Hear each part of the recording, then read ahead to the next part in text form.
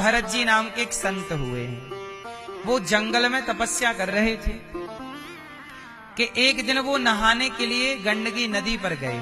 वो बड़े प्रेम से नहा रहे थे, सूर्य भगवान को अर्घ दे रहे थे।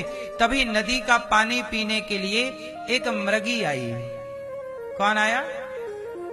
मृग की पत्नी मृगी आई और वो पानी पी रही थी। वो गर्भवती थी, उसके डिलीवरी का टाइम था, बच्चा होने वाला था। वो पानी पी रही थी, तभी शेर ने दहाड़ लगाई। वो जैसे ही शेर ने दहाड़ लगाई तो मृगी डर गई कि शेर है पीछे, तो उसने जोर की छलांग मारी और नदी को पार करना चाहा, लेकिन उसकी छलांग इतनी बड़ी थी नहीं, क्योंकि वो गर्भवती थी। वो बीच नदी में गिर गई और जैसे ही वो नदी में गिरी तो तेजी से कूदने के कारण उसका बच्चा पानी में ही हो गया, प्रसव वहीं हो गया। अच्छा, बच्चा पानी में हुआ, माँ तो दर्द से तड़पने लगी, तो मृगी तो बेचारी आगे जाके मर गई। लेकिन जो मृग का बच्चा था ना, वो नवजात था, अभी वो पैदा हुआ ही है कि उसकी माँ उससे अलग हो गई। भरत जी वहां स्नान कर रहे थे और भरत जी ने देखा कि मृगी तो बेचारी तड़प के मर गई, पर बच्चा बेचारा तड़प रहा है ठंडे पानी में। तो भरत जी को दया लगी, उस बच्चे को बचाया, अपनी कुटिया पे लिया, क्योंकि उस बच्चे की मां मर गई। शेर खड़ा है, यदि छोड़ते हैं तो शेर खा जाएगा। तो भरत जी ने कुटिया में ले आकर के आग के पास बिठाया, सिकाई की, उसके लिए चारा दूबा लाई, उसे दूध पिलाया। कोई गैया वैया रही होगी तो गाय का दूध उसे पिलाया, पाल पोस के बड़ा किया। अब हुआ क्या कि भरत जी ने उस मृग के बच्चे से कर लिया प्रेम कि मेरा मृग, अब उसी को खिलाएं, नहलाएं, धुलाएं, घुमाएं, फिराएं। उनका जो भजन का टाइम था, वो भजन का समय जाने लग गया। अब उनका मन भगवान के नाम में ना लगे, भगवान का नाम जपने बैठे तो मृग आके उनकी पीठ चाटने लग जाए, पीठ खुजलाने लग जाए, उन्हें बड़ा अच्छा लगे, मेरा मृग, मेरा मृग, मेरा प्यारा मृग। और मृग का चिंतन करते करते भरत जी का एक दिन मरने का टाइम आ गया। और जब भरत जी की मृत्यु आई तो यमदूत आए। यमदूत जैसे ही भरत जी को ले जाने लगे तो भरत जी ने उस मृग का स्मरण किया। अच्छा, वो मृग क्या हुआ, मृग के झुंड में मिलके चला गया। अब भरत जी पागलों की तरह मेरा मृग कहाँ, मेरा मृग, तभी उनकी आ गई मौत। और वो जब मरने लगे तो संयोग देखना कि वो मृग का बच्चा मृग के झुंडों को छोड़कर भरत जी के सामने आके खड़ा हो गया। और भरत जी उस मृग को देखे कि अच्छा मेरा मृग आ गया, और मृग का दर्शन करते करते, भरत जी मृग का चिंतन करते करते, मृग के बारे में सोचते सोचते मर गए। और जब मरे तो यमराज जी ने उनका पूरा हिसाब किताब देखा, कहा भरत जी आपने बहुत पुण्य किए हैं, बड़ा तपस्या की, बड़ा नाम जप किया, बड़ा पुण्य किया, पर आपने मरते समय के मृग का चिंतन किया है, इसलिए आपको मृग की योनि में वापस जाना पड़ेगा। सोचिए, जो भरत जी मुक्ति के, मोक्ष के बिल्कुल करीब थे, किसके करीब थे? मोक्ष के। उनका मोक्ष रोका गया, बोले अभी आपका मोक्ष नहीं हो सकता। क्या, क्यों नहीं हो सकता? क्योंकि आपने मरते समय मृग का दर्शन किया है। मृग का दर्शन नहीं, चिंतन किया है, याद किया है उसे, इसलिए आपकी अभी सदगति नहीं हो सकती, आपको मृग बन के जाना पड़ेगा। भरत जी ने कहा मैं मृग बन के क्यों जाऊं? बोले नहीं, आपने मरते समय मृग की कामना की, मेरा मृग, मेरा मृग, तो आपको मृग बनना पड़ेगा। अब संयोग देखिए कि वो मृग जब हुआ बड़ा तो वही मृग एक मृगी के साथ उसने बनाया संबंध। वही मृग अब वो बड़ा हो गया, जवान हो गया, भरत जी मर गए। तो वो जवान हुआ तो उसने जंगल की एक मृगी देखी और मृगी के साथ रमण किया, तो उस मृगी को उसने गर्भवती किया, तो उसके गर्भ में यही भरत जी चले गए। उसके गर्भ में कौन चला गया? सोचिए, जिस मृग से आसक्त थे उसी मृग के द्वारा वो मृगी के पेट में चले गए, गर्भ में। और 9 महीने बाद उसका जो भी टाइम पीरियड होता है मृगी का, उसके बाद मृग का बच्चा हुआ, तो जो बच्चा हुआ वो किसका था? वो बच्चा भरत जी ही मृग बन के आए, और अब ये मृग अपने बच्चे को चाट रहा है। मृग को पता नहीं कि ये भरत जी हैं, पर भरत जी को पता था कि ये वही मृग है जिसके चक्कर में मैं पड़ा, अब ये मेरा बाप बन गया।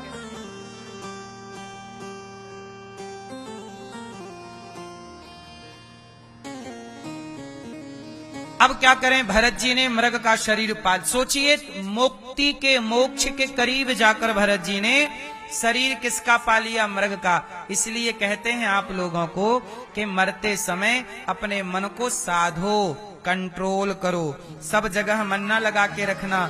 जहां मन लगेगा आपको अगले जन्म में वही बन के आना पड़ेगा। मोक्ष से वंचित रह जाओगे आप अपने मन के कारण। इसलिए कहता हूं मन की मत मानियो, मन बहुत पापी है, बहुत परेशान करता है, जन्म जन्म से भटका रहा है ना? यदि आप मन की मान गए तो फिर जन्म जन्म के चक्कर में पड़ के बिगाड़ देगा ये।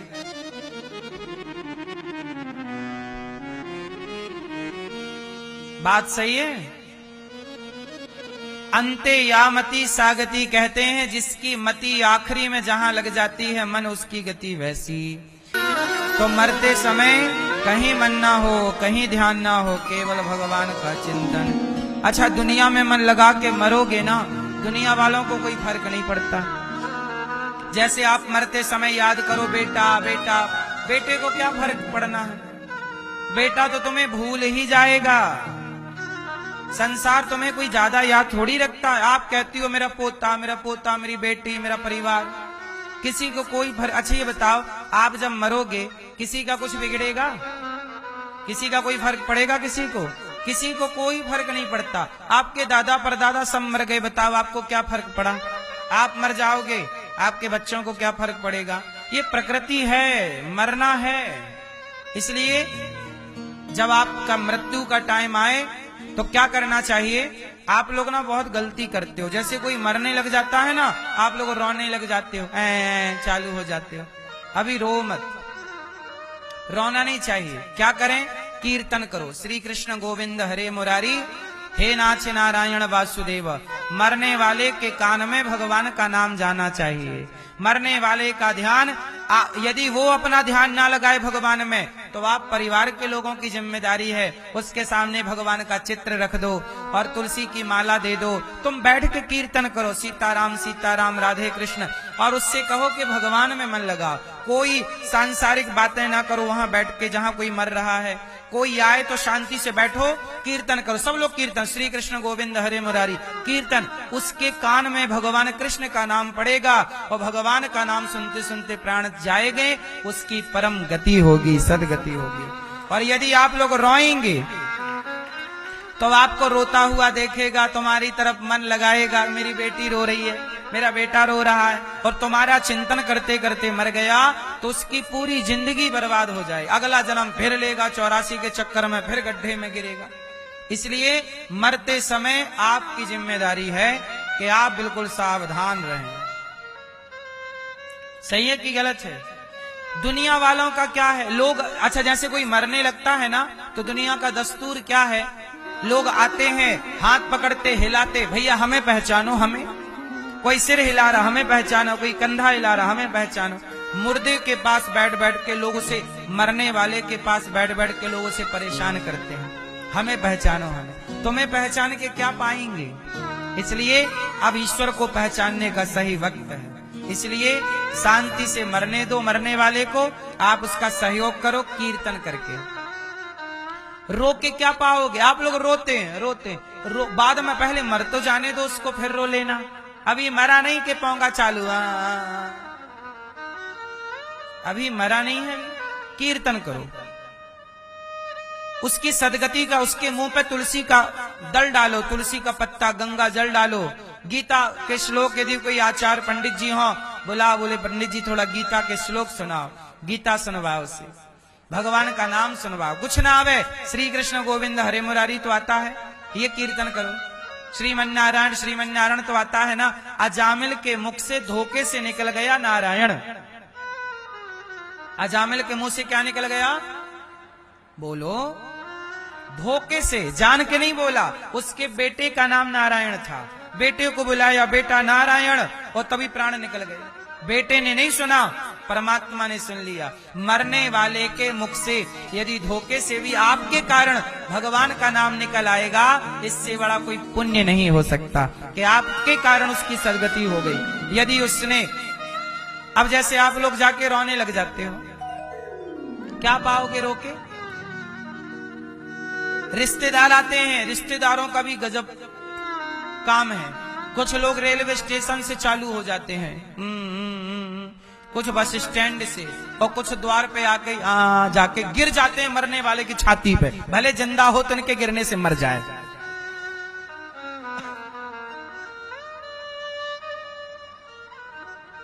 है ना?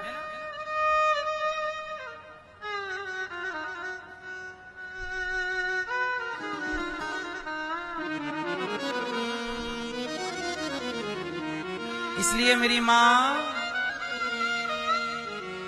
सावधानी से, ये सबकी जिम्मेदारी है, मरते समय सावधान। जब आदमी मर जाता है ना तो लोग चाय लेकर के आते हैं, पड़ोसी रिश्तेदार, चाय पी लो।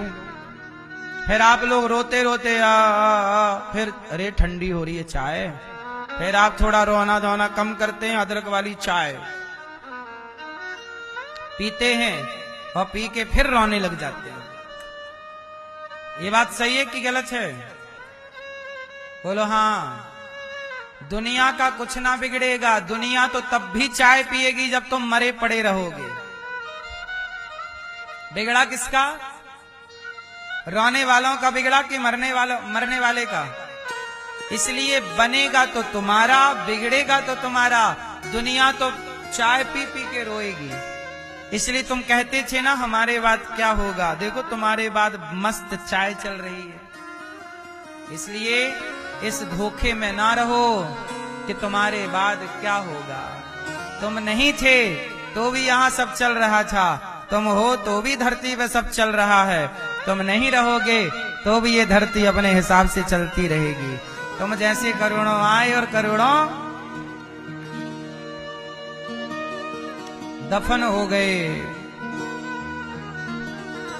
ये कर्म भूमि है, इतना अरमा न कर, तेरे जैसे करोड़ों